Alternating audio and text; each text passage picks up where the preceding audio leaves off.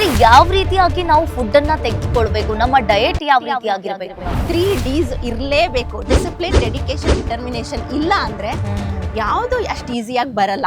Balance diet ಅಂದ್ರೆ ಯಾವ ರೀತಿಯಾಗಿರ್ಬೇಕು? ಇದು ಹೊಟ್ಟೆ ಬೊಜ್ಜು ಮಾತ್ರ ಕಡಿಮೆನೇ ಆಗೋದಿಲ್ಲ. ಬಿಯರ್ ಕುಡಿಯೋದ್ರಿಂದ ಹೊಟ್ಟೆ ಬೊಜ್ಜು ಬರುತ್ತೆ. ಇನ್ನ ನೀವು ಇದನ್ನ ಕೇಳಿದ್ದೀರಾ, ಬಿಯರ್ ಕುಡಿದ್ರೆ ಕಿಡ್ನಿ ಸ್ಟೋನ್ಸ್ ಹೊಟ್ಟೋಗುತ್ತೆ, ಬಿಯರ್ ಕುಡಿದ್ರೆ ಸ್ಕಿನ್ ಗ್ಲೋ ಆಗುತ್ತೆ. ನಮಸ್ಕಾರ, ಸುಮನ್ ಟಿವಿ ಕನ್ನಡಕ್ಕೆ ಸ್ವಾಗತ. ನಾನು ಅಂಕಿತಾ ಜೈನ್. ಇತ್ತೀಚಿನ ದಿನಗಳಲ್ಲಿ ಸಾಕಷ್ಟು ಜನರು ಹೊಟ್ಟೆ ಬೊಜ್ಜಿನ ಸಮಸ್ಯೆಯಿಂದ ಬಳಲ್ತಾ ಇರ್ತಾರೆ. ಹೊಟ್ಟೆ ಬೊಜ್ಜನ್ನ ಯಾವ ರೀತಿಯಾಗಿ ಕಡಿಮೆ ಮಾಡ್ಕೊಳ್ಳೋದಪ್ಪ, ಹಾಗೆ ನಮ್ಮ ಜೀವನ ಶೈಲಿ ಯಾವ ರೀತಿಯಾಗಿರ್ಬೇಕು, ಇನ್ನು ರೈಸ್ ತಿನ್ನೋದ್ರಿಂದ ನಮ್ದೇನಾದ್ರೂ ಹೊಟ್ಟೆ ಬೊಜ್ಜು ಜಾಸ್ತಿ ಆಗುತ್ತಾ ಅನ್ನೋದು ಇತ್ತೀಚಿನ ದಿನಗಳಲ್ಲಿ ಸಾಕಷ್ಟು ಜನರಿಗೆ ಇದು ಕಾಡ್ತಾ ಇರುತ್ತೆ. ಇದೆಲ್ಲದರ ಬಗ್ಗೆ ಮಾಹಿತಿಯನ್ನ ತಿಳಿಸ್ಕೊಡೋದಕ್ಕೆ ಇವತ್ತಿನ ವಿಶೇಷ ಕಾರ್ಯಕ್ರಮದಲ್ಲಿ ನಮ್ಮ ಜೊತೆ ಇದ್ದಾರೆ ಅರ್ಪಿತಾ ಪುಟ್ಟಸ್ವಾಮಿ ಅವರು. ಬನ್ನಿ ಹಾಗಾದ್ರೆ ಕಾರ್ಯಕ್ರಮಕ್ಕೆ ಅವರನ್ನ ಸ್ವಾಗತ ಮಾಡೋಣ. Hi ma'am. ಹಾಯ್, ಹೇಗಿದ್ದೀರಾ? ತುಂಬಾ ಚೆನ್ನಾಗಿದ್ದೀನಿ. ಮತ್ತೆ ಮ್ಯಾಮ್, ಇವಾಗ ಇತ್ತೀಚಿನ ದಿನಗಳಲ್ಲಿ ಸಾಕಷ್ಟು ಜನರು ಕೂಡ ಹೊಟ್ಟೆ ಬೊಜ್ಜಿನ ಸಮಸ್ಯೆಯಿಂದ ಬಳಲ್ತಾ ಇರ್ತಾರೆ. ಅಯ್ಯೋ, ನಮ್ಮ ಬಾಡಿ ಎಲ್ಲವೂ ಕೂಡ ವೇಟ್ ಲಾಸ್ ಆದರೂ ಕೂಡ ಹೊಟ್ಟೆ ಬೊಜ್ಜು ಮಾತ್ರ ಅದೇ ರೀತಿಯಾಗಿರುತ್ತೆ, ಕಡಿಮೆನೇ ಮಾಡ್ಕೊಳಕ್ಕಾಗೋದಿಲ್ಲ. ಏನ್ ಮ್ಯಾಮ್, ಯಾಕೆ ಈ ರೀತಿಯಾಗುತ್ತೆ? ಒಂದು ಬಂದು ಅಂಕಿತಾ, ಅದಕ್ಕೆ ಹಲವಾರು ಕಾರಣಗಳಿವೆ. ಸೊ ಅದರಲ್ಲಿ ಬಂದು ಒಂದಷ್ಟು ನಾನು ಹೇಳಬೇಕು ಅಂದರೆ, ಒಂದು ಆಹಾರದ ಪದ್ಧತಿ, ಅವ್ರದ್ದು ಆಹಾರದ ಪದ್ಧತಿ ಸರಿ ಇರಲ್ಲ. ಮತ್ತು ದೈಹಿಕ ಚಟುವಟಿಕೆಗಳಂದರೆ ಏನೋ ಅವ್ರದ್ದು ಎಕ್ಸಸೈಸ್ ಪ್ಯಾಟ್ರನ್ ಸರಿ ಇರಲ್ಲ, ಏನೋ ಒಂದು ರುಟೀನ್ ಇಟ್ಕೊಂಡಿರಲ್ಲ. ಆಮೇಲೆ ನಿದ್ದೆ ಮತ್ತು ಟೆನ್ಷನ್ನು ಸ್ವಲ್ಪ ಜಾಸ್ತಿ ಇರುತ್ತೆ, ನಿದ್ದೆ ಸರಿಯಾಗಿ ಮಾಡ್ತಿರೋಲ್ಲ. ಅದ್ರ ಜೊತೆಗೆ ಮೆಡಿಕೇಷನ್ಸ್ ಜಾಸ್ತಿ ತೊಗೊತಿರ್ತಾರೆ. ಒಂದು ಡಯಾಬಿಟೀಸ್ ಮೆಡಿಕೇಷನ್ ಇರ್ಬೋದು, ಬಿ ಪಿ ಮೆಡಿಷನ್ ಲಾಂಗ್ ಟೈಮಿಂದ ತೊಗೊತಿರ್ತಾರೆ. ಆಮೇಲೆ ನೀವೇ ನೋಡಿರ್ಬೋದು, ಬಿ ಪಿ ಟ್ಯಾಬ್ಲೆಟ್ಸ್ ಅಂತೂ ನಿಮಗೆ ಬಿ ಪಿ ಟ್ಯಾಬ್ಲೆಟ್ಸ್ ತೊಗೊತಿರ್ತಾರೆ. ಗ್ಯಾಸ್ಟ್ರೈಟಿಸ್ ಟ್ಯಾಬ್ಲೆಟ್ ಅಂತೂ ಯಾವಾಗ ಆಚೆ ತಿನ್ಕೊಂಡು ಬರ್ತಾರೆ ತೊಗೊಳ್ತಾ ಇರ್ತಾರೆ, ಜೆಲಿಸಿಲ್ ಕುಡಿತಾ ಇರ್ತಾರೆ, ರೆಗ್ಯುಲರ್ ಮಾಡ್ಕೊಂಡ್ಬಿಟ್ಟಿರ್ತಾರೆ. ಸೊ ಮೆಡಿಸನ್ಸು ಫ್ರೀಕ್ವೆಂಟಾಗಿ ತೊಗೊತಿರ್ತಾರೆ. ಮತ್ತು ಪೋಸ್ಟ್ ಡೆಲಿವರಿ ಆದಮೇಲೆ ಅವರು ಅವರ ಹೆಲ್ತ್ ಬಗ್ಗೆ ಜ್ಞಾನ ಮಾಡಲ್ಲ. ಅದ್ರ ಜೊತೆಗೆ ಈಗ ಮೆನುಪಾಸ್, ಅದೇ ಮುಟ್ಟು ನಿಂತ ಮೇಲೆ ಆ ಟೈಮಲ್ಲೂ ಕೂಡ ನೋಡ್ಕೊಳ್ಳೋದಕ್ಕಾಗಲ್ಲ. ಒಂದಷ್ಟು ಹಾರ್ಮೋನಲ್ ಇಂಬ್ಯಾಲೆನ್ಸ್ ಅಂತ ಇರುತ್ತೆ. ಅದಕ್ಕೆ ರಿಲೇಟೆಡ್ ಡಿಸೀಸ್ ಕಂಡೀಷನ್ಸ್ ಬಂದು PCOD, ಥೈರಾಯ್ಡ್, ಅವುಗಳಿದ್ರೂ ಕೂಡ ಅವರ ಫ್ಯಾಟ್ ಬರ್ನು, ಬೆಲ್ಲಿ ಫ್ಯಾಟ್ಗೆ ಬೊಜ್ಜು ಕರಗಿಸ್ಕೊಳ್ಳೋದಕ್ಕೆ ತುಂಬಾ ಕಷ್ಟ ಆಗತ್ತೆ. ಹಾಗೆಯೇ ಇದು ಎಲ್ಲದ್ರ ಜೊತೆಗೆ ಒಂದಷ್ಟು ಅವ್ರದ್ದು ಲೈಫ್ ಸ್ಟೈಲಲ್ಲಿ ಚೇಂಜ್ ಮಾಡ್ಕೊಳ್ಳಿಲ್ಲ ಅಂದರೆ ಹೊಟ್ಟೆ ಬೊಜ್ಜು ಕರಗೋದೇ ಇಲ್ಲ. ಮ್ಯಾಮ್, ಏನು ಗೊತ್ತಾ, ಇವಾಗ ಹೊಟ್ಟೆ ಬೊಜ್ಜು ಸಮಸ್ಯೆನೇ ಜಾಸ್ತಿ ಆಗ್ತಾ ಇದೆ. ಇವಾಗ ವರ್ಕೌಟಿಗೆ ಹೋಗ್ತಾರೆ, ವರ್ಕೌಟ್ ಮಾಡ್ತಾರೆ, ಫಿಟ್ನೆಸ್ ವರ್ಕೌಟ್ ಮಾಡ್ತಾರೆ, ನಮ್ಮ ಫ್ಯಾಟ್ ಕೂಡ ಲಾಸ್ ಆಗುತ್ತೆ. ಬಟ್ ಏನಂತ ಅಂದರೆ ಹೊಟ್ಟೆ ಬೊಜ್ಜು ಕರಗಿಸೋದೇ ಒಂದು ದೊಡ್ಡ ಏನಂತಾರೆ, ಒಂದು ದೊಡ್ಡ ಸಾಹಸ ಅಂತಾನೆ ಹೇಳ್ಬೋದು. ಅದು ಮಾತ್ರ ಕಡಿಮೆ ಮಾಡ್ಕೊಳ್ಳೋಕ್ಕೆ ಆಗೋದಿಲ್ಲ. ಅಂದರೆ ಯಾವ ರೀತಿಯಾಗಿ ನಾವು ಫುಡ್ಡನ್ನು ತೆಗೆದುಕೊಳ್ಬೇಕು, ನಮ್ಮ ಡಯಟ್ ಯಾವ ರೀತಿಯಾಗಿರಬೇಕು ಮ್ಯಾಮ್, ಅದ್ರ ಬಗ್ಗೆ? ಡಯಟ್ ಅಂತ ಹೇಳಿದ್ರೆ ಒಂದು 3 ಕರೆಕ್ಟ್ ಟಿಪ್ಸ್ ಹೇಳ್ತೀನಿ. ಒಂದು ಬಂದು ನಿಮ್ಮ ಆಹಾರದ ಪ್ರಮಾಣ, ನಿಮಗೆ ಎಷ್ಟು ತಿನ್ನಬೇಕು ಅನ್ನೋದು ಗೊತ್ತಿರಬೇಕು. ಮತ್ತು ಸಂಯೋಜಿತ ಆಹಾರ ಅಂದರೆ ಆಹಾರದ ಕಾಂಬಿನೇಷನ್ಸ್ ಕರೆಕ್ಟಾಗಿರಬೇಕು. ಈಗ ನಾವು ಬರೀ ರೈಸ್ ತಿಂದರೆ, ಆವಾಗ ಇತ್ತು ಆ ಕಾಲದಲ್ಲಿ ಓಟ್ಸ್ ತಿಂದರೆ ಸಣ್ಣ ಆಗ್ತಾರೆ, ಮತ್ತು ಆ್ಯಡ್ಗಳು ಕೂಡ ಬರ್ತಾ ಇತ್ತು, ಚಪಾತಿ ತಿಂದರೆ ಸಣ್ಣ ಆಗ್ತಾರೆ ಅಂತ ಹೇಳಿಬಿಟ್ಟು. ಸೊ ಈ ಒಂದು ಆಹಾರದಕ್ಕಿಂತ ಆಹಾರದ ಸಂಯೋಜನೆಗಳು ಅಂದರೆ ಕಾಂಬಿನೇಷನ್ ಫುಡ್ಡು, ಪ್ರೋಟೀನ್ ಇರಬೇಕು ನಿಮ್ಮ ಆಹಾರದಲ್ಲಿ, ಸೀರಿಯಲ್ ಇರಬೇಕು, ತರಕಾರಿಗಳಿರಬೇಕು, ಆ ಕಾಂಬಿನೇಷನ್ ನೋಡ್ಕೊಬೇಕು. ಆಮೇಲೆ ಆ ಕ್ವಾಲಿಟಿ ಕೂಡ ನೋಡಿಕೊಂಡು ತಿನ್ನಬೇಕು. ಈಗ ನಿಮಗೆ ಒಂದೊಂದ್ಸಲ ರೈಸ್ ಒಳ್ಳೇದು ಅನಿಸುತ್ತೆ, ಹೌದು. ಕಂಪೇರೇಟಿವ್ಲಿ ಬ್ರೌನ್ ರೈಸ್ಗೆ ಹೋದರೆ ಒಂದಷ್ಟು ನಾರಿನಾಂಶ ಇರುತ್ತೆ. ಅದಕ್ಕೆ ಕಂಪೇರ್ ಮಾಡಿದ್ರೆ ರಾಗಿಲಿ ಸ್ವಲ್ಪ ಕ್ಯಾಲ್ಶಿಯಂ ಇರುತ್ತೆ. ಅದಕ್ಕೆ ಕಂಪೇರ್ ಮಾಡಿದ್ರೆ ಜೋಳದ ರೊಟ್ಟಿ ಸ್ವಲ್ಪ ಈ ಡೈಜೆಷನ್ಗೆ ಈಸಿ. ಸೊ ಈ ಥರ ನಾವು ಯಾವುದಾದ್ರೂ ಒಂದು ನಮ್ಮ ಸ್ಟೇಪಲ್ ಫುಡ್, ನಮ್ಮ ಕಲ್ಚರಲ್ ಫುಡ್ನ ಯಾವುದಾದ್ರೂ ಒಂದು ಅದರಲ್ಲಿ ಕ್ವಾಲಿಟಿ ಆಗಿರೋ ಫುಡ್ಗಳನ್ನ ತಗೋಬೇಕಾಗತ್ತೆ.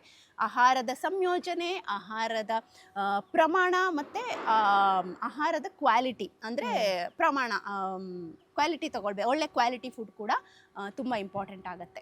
ಎಸ್ ಮ್ಯಾಮ್, ಇವಾಗ ಸಿಕ್ಕಾಪಟ್ಟೆ ಜನರು ಕೂಡ ಬ್ಯಾಲೆನ್ಸ್ ಡಯಟ್ ಮಾಡ್ತಾ ಇರ್ತಾರೆ. ಬ್ಯಾಲೆನ್ಸ್ ಡಯಟ್ ಅಂದ್ರೆ ಯಾವ ರೀತಿ ಆಗಿರ್ಬೇಕು, ಯಾವ ಏಜಿನವರು ಬ್ಯಾಲೆನ್ಸ್ ಡಯಟ್ ಅನ್ನ ಮಾಡಬೇಕಾಗುತ್ತೆ ಮ್ಯಾಮ್? ಅಂಕಿತಾ ಅವರೇ, ಸಣ್ಣ ಮಕ್ಕಳಿಂದ ಹಿಡಿದು ವಯಸ್ಸಾದವ್ರವರೆಗೂ ಬೇಸು ಬ್ಯಾಲೆನ್ಸ್ ಡಯಟೇನೆ, ಸಮತೋಲನ ಆಹಾರನೇ. ಅವ್ರ ಸಮತೋಲನ ಆಹಾರ ಅಂದರೆ ನಾನು ನಿಮ್ಗೆ ಈಗಾಗಲೇ ಹೇಳಿದ್ದೆ, ಒಂದಷ್ಟು ನಮ್ಮ ಆಹಾರದಲ್ಲಿ ಮ್ಯಾಕ್ರೋ ಮತ್ತು ಮೈಕ್ರೋ ನ್ಯೂಟ್ರಿಯೆಂಟ್ಸ್ ಇರಬೇಕು, ಅದರಲ್ಲಿ ಎಲ್ಲ ಪೌಷ್ಟಿಕಾಂಶ ಸಿಗಬೇಕು ನಮಗೆ. ಪ್ರೋಟೀನ್ ಇರ್ಬೋದು, ಫ್ಯಾಟ್ ಇರ್ಬೋದು. ಈಗ ಕೊಲೆಸ್ಟ್ರಾಲ್ ಬಾಡಿಲಿ ಗುಡ್ ಕೊಲೆಸ್ಟ್ರಾಲ್ ಕಮ್ಮಿ ಆದರೆ ನಮ್ಮ ಕೊಲೆಸ್ಟ್ರಾಲ್ ಜಾಸ್ತಿ ಆಗೇ ಆಗುತ್ತೆ ಅಲ್ವಾ. ಗುಡ್ ಕೊಲೆಸ್ಟ್ರಾಲ್ದು ಕೆಲಸ ಏನು? ನಮ್ಮ ಬ್ಲಡ್ ವೆಸಲ್ಸಲ್ಲಿ ಬ್ಯಾಡ್ ಕೊಲೆಸ್ಟ್ರಾಲ್ನ ರಿಮೂವ್ ಮಾಡಿ ಎಕ್ಸ್ಕ್ರೀಷನ್ಗೆ ಲಿವರ್ಗೆ ಹಾಕ್ಬಿಡುತ್ತದು. ಆ ಕೆಲಸ ಮಾಡೋದಕ್ಕೆ ಗುಡ್ ಕೊಲೆಸ್ಟ್ರಾಲ್ ತಗೊಳ್ಳೋಣ. ಗುಡ್ ಫ್ಯಾಟ್ಸ್ನೇ ತಗೊಳ್ತಿರಲ್ಲ. ಸೊ ಅದು ಸಹ important. Micro nutrients, basic iron, calcium, vitamin C, magnesium ಅವುಗಳು ಇಂಪಾರ್ಟೆಂಟ್. ಸೊ ಇದನ್ನೆಲ್ಲ ಸಮತೋಲನ ಆಹಾರವನ್ನು ಒಂದಷ್ಟು ಪ್ರಮಾಣದಲ್ಲಿ ತಗೊಳ್ಳೋದನ್ನು ಒಂದು ದಿನದಲ್ಲಿ ಇನ್ಕ್ಲೂಡ್ ಮಾಡ್ಕೊಳ್ಳೋದನ್ನೇ ಬ್ಯಾಲೆನ್ಸ್ ಡಯಟ್ ಅಂತ ಹೇಳ್ತೀವಿ. ಅದನ್ನು ನಾವು ಇನ್ಕ್ಲೂಡ್ ಮಾಡ್ಕೊಳ್ಳೇಬೇಕು. ಈಗ ಒಂದು ಏಜ್ ಗ್ರೂಪ್ ಅಂತ ಇಲ್ಲ, ಪ್ರತಿಯೊಂದು ಏಜ್ ಗ್ರೂಪ್ಗೂ ಅವರು ಅದನ್ನು ಒಂದು ಬೇಸ್ ಆಗಿ ಇಟ್ಕೊಂಡು ಬಿಲ್ಡಪ್ ಮಾಡ್ಕೊತಾ ಹೋಗಬೇಕು.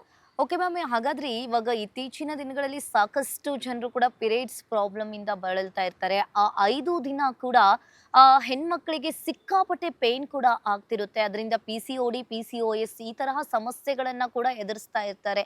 ಇದರಿಂದನೂ ಕೂಡ ಏನಾದ್ರೂ ಹೊಟ್ಟೆ ಬೊಜ್ಜು ಬರೋ ಸಾಧ್ಯತೆ ಇದೆಯಾ? ಖಂಡಿತ 100% ಖಂಡಿತ ಬರುತ್ತೆ. ಹೊಟ್ಟೆ ಬೊಜ್ಜು ಅನ್ನೋದಕ್ಕಿಂತ ಅವರಲ್ಲಿ ಫ್ಯಾಟನ್ನ ಬರ್ನ್ ಮಾಡೋ ಶಕ್ತಿ ಹೊಟ್ಟೋಗುತ್ತೆ. Fat burning ಕೆಪಾಸಿಟಿನೇ ಹೊಟ್ಟೋಗುತ್ತೆ. ಅದರಿಂದ ಅದೇನಾಗುತ್ತೆ, ತಿಂದಿದ್ದು ಫುಡ್ ಎಲ್ಲ ಒಂದು ಫ್ಯಾಟ್ ಆಗಿ ಸ್ಟೋರೇಜ್ ಆಗುತ್ತೆ. Basically fat storage on, fat burning of ಅಂತ ಹೇಳ್ತೀವಿ ಅದನ್ನು. ಸೊ ಅದು ಸ್ಟಾರ್ಟ್ ಆಗುತ್ತೆ. ಏನಾಗುತ್ತಪ್ಪ ಅಂದರೆ ಈ PCOD ಹಾರ್ಮೋನಲ್ ಇಂಬ್ಯಾಲೆನ್ಸ್ ಪ್ರಾಬ್ಲಮ್ಸಲ್ಲೆಲ್ಲ ಏನಾಗುತ್ತಪ್ಪ ಅಂದರೆ ಅವ್ರದ್ದು ಹಾರ್ಮೋನ್ಸ್ ವ್ಯತ್ಯಾಸ ಆಗುತ್ತೆ. ಹಾರ್ಮೋನ್ಸ್ ವ್ಯತ್ಯಾಸ ಅಂದರೆ ಈಗ ಮೇಲ್ ಹಾರ್ಮೋನ್ ಅನ್ನೋದು ಅವ್ರಿಗೆ ಜಾಸ್ತಿ ಪ್ರೊಡ್ಯೂಸ್ ಮಾಡೋಕ್ಕೆ ಸ್ಟಾರ್ಟ್ ಮಾಡುತ್ತೆ. ಆಗೇನಾಗುತ್ತೆ, ಮುಖದಲ್ಲಿ ಇಲ್ಲ ಕೂದಲು ಜಾಸ್ತಿ ಆಗೋದಿರ್ಬೋದು, ಆಕ್ನಿ ಪ್ರಾಬ್ಲಮ್ಸ್ ಇರ್ಬೋದು, ಹೇರ್ ಫಾಲ್, ಆಮೇಲೆ ಪೀರಿಯಡ್ ಪೇನ್ಸು ಇವೆಲ್ಲ ಜಾಸ್ತಿ ಆಗ್ತಾ ಹೋಗುತ್ತೆ. ಯಾವಾಗ ಮೇಲ್ ಹಾರ್ಮೋನ್ಸ್ ಜಾಸ್ತಿ ಆಗುತ್ತೆ, ಅವ್ರದ್ದು ಇಸ್ಟ್ರೋಜನ್ ಇಂಬ್ಯಾಲೆನ್ಸ್ ಅಂದರೆ ಹೆಣ್ಮಕ್ಳಿಗೆ ಎಸ್ಟ್ರೋಜನ್ ಅನ್ನೋದು ಒಂದು ಬ್ಯಾಲೆನ್ಸ್ಡ್ ಆಗಿ ಇರಬೇಕು. ಆದರೆ ಅದು ಸಹ ಫ್ಲಕ್ಚುಯೇಟ್ ಆಗ್ತಾ ಇರುತ್ತೆ. ಸೊ ಅದು ಫ್ಲಕ್ಚುಯೇಟ್ ಆದಾಗ ಮೇನ್ ಇಂಪ್ಯಾಕ್ಟ್ ಆಗೋದು ಅವ್ರ ಫ್ಯಾಟ್ ಮೆಟಬಾಲಿಸಮ್, ಫ್ಯಾಟ್ ಬರ್ನಿಂಗ್ ಆಗೋದೇ ಇಲ್ಲ, ಕೊಬ್ಬು ಮತ್ತು ಡೈಜೆಷನ್ನು ಅಬ್ಸಾರ್ಪ್ಷನ್ ಆಗೋದೇ ಇಲ್ಲ. ಸೊ ಅದರಿಂದ ಬಂದು ಅವ್ರಿಗೆ ಕೊಬ್ಬು ಸ್ಟೋರೇಜ್ ಕೆಪಾಸಿಟಿ ಜಾಸ್ತಿ ಆಗುತ್ತೆ. ಸೊ ಫ್ಯಾಟ್ ಸ್ಟೋರೇಜ್ ಆನ್ ಅಂತ ಹೇಳಿದ್ನಲ್ಲ, ಹಾಗೆ ಫ್ಯಾಟ್ ಸ್ಟೋರೇಜ್ ಜಾಸ್ತಿ ಆಗುತ್ತೆ. ಸೊ ಅದೇ ಅವರಿಗೆ ತೊಂದರೆ ಆಗೋದು. PCOD ಅವ್ರಿಗೆ ಬೆಲ್ಲಿ ಫ್ಯಾಟ್ ಕಟ್ಟಿಟ್ಟ ಬುತ್ತಿ ಅಂತಾನೆ ಹೇಳ್ಬೋದು. ಅದನ್ನ ಕಡಿಮೆ ಮಾಡ್ಕೊಳ್ಳೋದಕ್ಕೆ ನಮ್ಮ ಆಹಾರ ಪದ್ಧತಿನೂ ಕೂಡ ಸರಿಯಾಗಿರ್ಬೇಕು ಅಂತ ಹೇಳ್ತಾರೆ. ಅಂದ್ರೆ ನೀವು ಯಾವ ರೀತಿಯಾಗಿ ಆಹಾರವನ್ನ ಅವರಿಗೆ ಸಜೆಸ್ಟ್ ಮಾಡ್ತೀರಾ? ಸೊ ಅವ್ರಿಗೆ ಬಂದು ಬೇಸಿಕಲಿ ನಾನು ಆಗಲೇ ಹೇಳಿದೆ, ಸಂಯೋಜನ ಆಹಾರ ಅಂತ ಫುಡ್ ಕಾಂಬಿನೇಷನ್ಸಲ್ಲಿ ತಗೋಬೇಕು. ಪ್ರತಿ ಊಟದಲ್ಲೂ ಒಂದು ಪ್ರೋಟೀನು, ವೆಜಿಟೇಬಲ್ಲು ಮತ್ತು ಗುಡ್ ಫ್ಯಾಟ್ಸ್ ಖಂಡಿತ ಇರಲೇಬೇಕು. ಇಷ್ಟು ಇರಲೇಬೇಕು. ಜೊತೆಗೆ ಅವರು ಟೈಮಿಗೆ ಸರಿಯಾಗಿ ಊಟ ಮಾಡೋದನ್ನು ಮಾಡ್ಕೊಳ್ಬೇಕು. ಮತ್ತು ಹಾರ್ಮೋನಲ್ ಇಂಬ್ಯಾಲೆನ್ಸ್ದು ಮೇಜರ್ ಥಿಂಗ್ ಅಂದರೆ ನಿದ್ದೆ ಮಾಡ್ತಿರಲ್ಲ, ಸ್ಟ್ರೆಸ್ ಮಾಡ್ಕೊಂಡ್ಬಿಟ್ಟಿರ್ತಾರೆ. ಬಾಡಿ ಅದನ್ನ ಇನ್ಫ್ಲಮೇಷನ್ ಅಂತ ತಗೊಳುತ್ತೆ. ಈಗ ಬಾಡಿ ಹೇಗೆ ಇನ್ಫ್ಲಮೇಷನ್ ಅಂತ ತಗೊಳುತ್ತೆ ಅಂದರೆ, ಒಂದು ಎಕ್ಸಾಂಪಲ್ ಕೊಡ್ತೀನಿ. ಇನ್ಫ್ಲಮೇಷನ್ ಅಂತ ನೀವು ಕೇಳಿರ್ಬೋದು. ಇನ್ಫ್ಲಮೇಷನ್ ಆಗಿದೆ, ದಪ್ಪ ಆಗಿಬಿಟ್ಟೆ, ಗಟ್ ಇನ್ಫ್ಲಮೇಷನ್ ಆಗಿದೆ, ದಪ್ಪ ಆಗಿಬಿಟ್ಟೆ, ತುಂಬ ಕೇಳಿರ್ತೀರ. ಯಾವಾಗ ಹಾರ್ಮೋನಲ್ ಇಂಬ್ಯಾಲೆನ್ಸ್ ಆಗುತ್ತೆ, ಯಾವಾಗ ಫ್ಯಾಟ್ ಸ್ಟೋರೇಜ್ ಜಾಸ್ತಿ ಆಗುತ್ತೆ, ಆ ಫ್ಯಾಟ್ ಸೆಲ್ಸು ಇನ್ಫ್ಲಮೇಟ್ರಿ ಮಾರ್ಕರ್ಸ್ನ ರಿಲೀಸ್ ಮಾಡ್ತಾ ಇರುತ್ತೆ. ಈಗ ನೀವು ಬ್ಲಡ್ ರಿಪೋರ್ಟಲ್ಲಿ CRP ಲೆವೆಲ್ಸ್ ಹೈ ಅಂತ ಎಲ್ಲ ತೋರಿಸುತ್ತಲ್ಲ, ಆ ಥರ. ಆ ಇನ್ಫ್ಲಮೇಷನ್ ಅಂದರೆ ಏನಪ್ಪ ಅಂದರೆ, ಈಗ ನೀವು 2 ಥರ ಇನ್ಫ್ಲಮೇಷನ್ ಇರುತ್ತೆ. ಒಂದು ಬಂದು ಪಾಸಿಟಿವ್ ಸ್ಟ್ರೆಸ್ ಅಂತ. ಪಾಸಿಟಿವ್ ಸ್ಟ್ರೆಸ್ ಅಂದರೆ ನೀವು ಎಕ್ಸಸೈಸ್ ಮಾಡಿದಾಗ ನಿಮಗೆ ನೆಕ್ಸ್ಟ್ ದಿನ ಒಂಚೂರು ಪೇಯ್ನ್ ಆಗುತ್ತೆ ಅಲ್ವಾ? ಹೌದು, ನೆನಪಿದ್ಯಾ? ಒಂಚೂರು ಪೇಯ್ನ್ ಆಗ್ತಾ ಇರುತ್ತೆ. ಏನೋ ಒಂಥರ, ಅದು ಪೇಯ್ನೂ ಅಲ್ಲ, ಒಂಥರ ಬೆಂಕಿ ಹಚ್ಚಿದಂಗೆ ಇರುತ್ತೆ, ಒಂಥರ ಸ್ವೆಲ್ಲಿಂಗ್, ಒಂಥರ ಇನ್ಫ್ಲಮೇಷನ್. ಎಕ್ಸಸೈಸ್ನ ಅದನ್ನ ಪಾಸಿಟಿವ್ ಸ್ಟ್ರೆಸ್ ಅಂತ ಹೇಳ್ತೀವಿ.